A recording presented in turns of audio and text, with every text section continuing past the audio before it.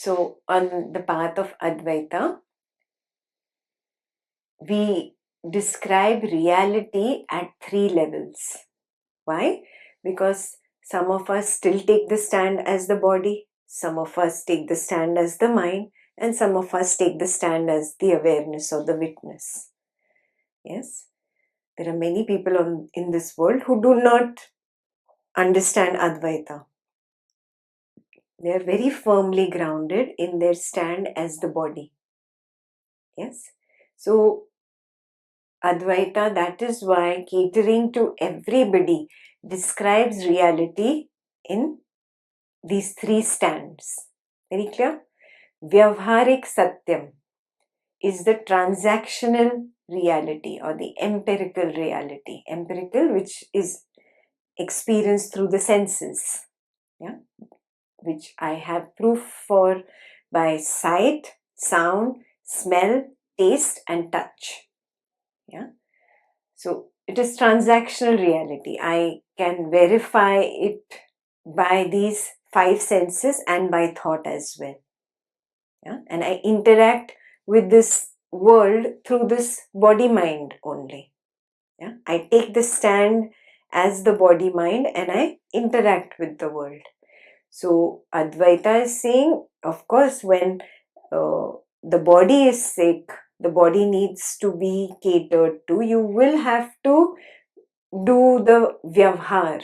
That is a very good word, which even though I translate it into English as transaction, but it literally means for the sake of exchange, I have to do something.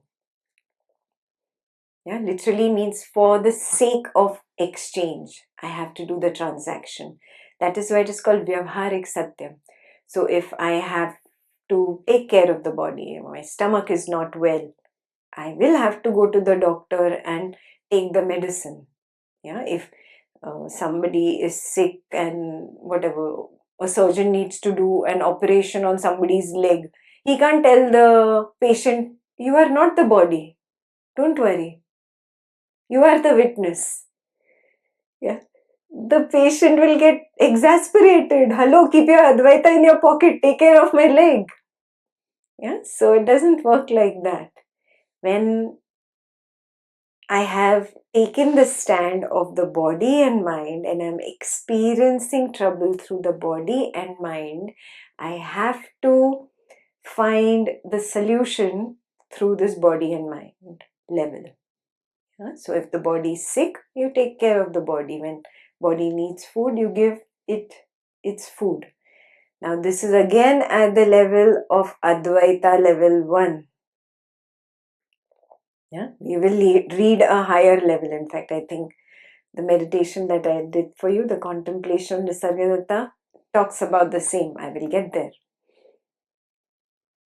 Yeah, so this is at Advaita level 1, this explanation. Okay, be very clear.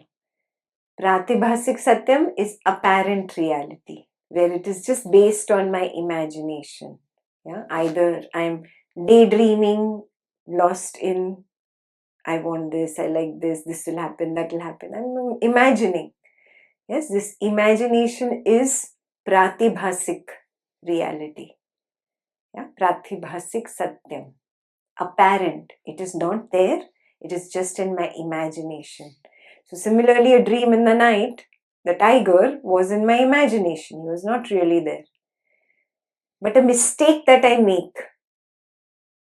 Yeah, I'm walking, I see a rope and I think it is a snake. I get scared. I really get scared. Yes, there's this real fear that I experience and I see clearly, oh, it is a rope. The fear is gone. Yeah, so this was apparent reality, pratibhasik satyam. Yeah, I'm taking the stand as the mind. So whenever I'm creating a story in the mind, whenever I'm imagining things, when I am building something in my own head, my own concepts, my own ideas, my own intellectual analysis, I am in pratibhasik satyam. Yeah. The third level of reality is the Paramarthik Satyam, where I have taken the stand as the awareness.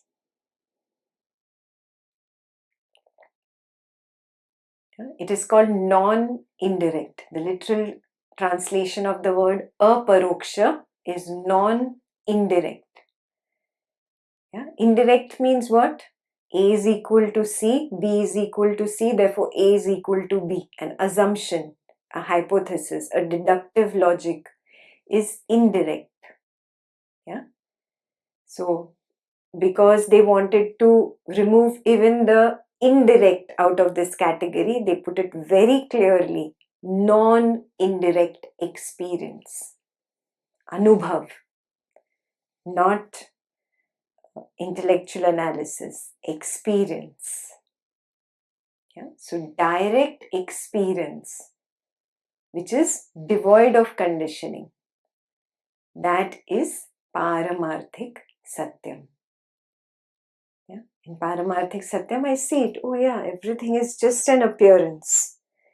This light, this camera, this computer, this table, these are just appearances. Yes, I am putting the label of physical object on mind phenomena. Yeah. So this becomes clearer as you explore and search within more and more. So that is called Paramarthik Satyam. Jagrit Swapna, this is a waking dream.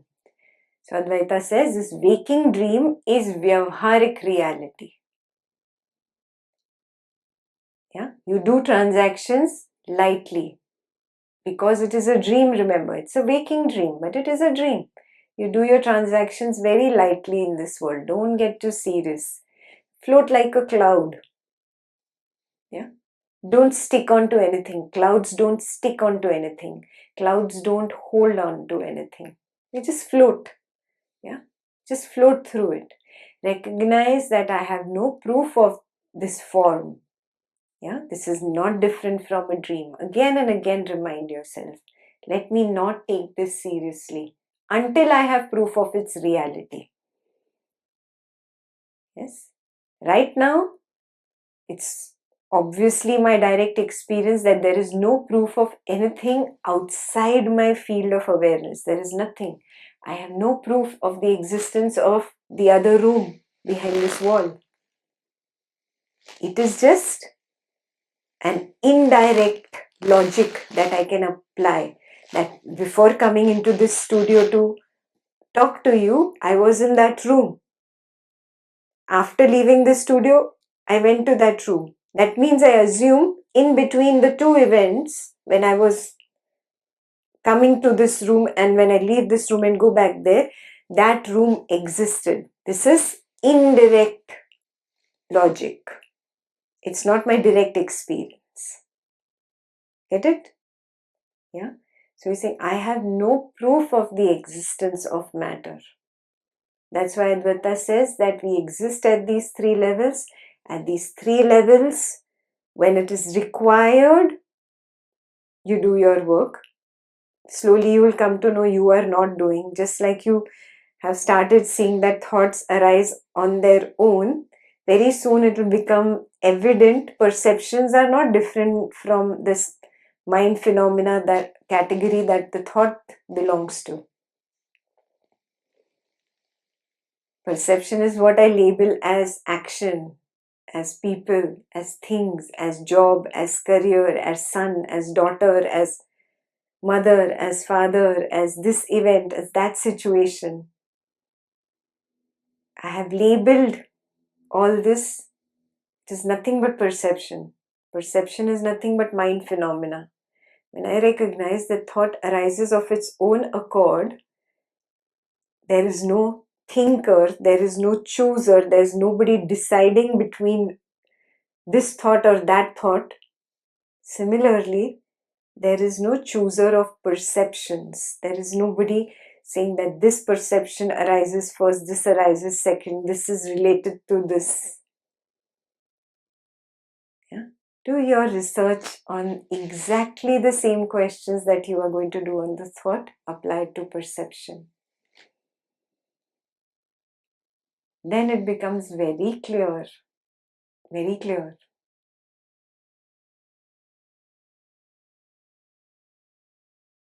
Yeah. I leave the rest to your research. Explore this perception as you are going to explore thought. You have no proof of matter. Yeah.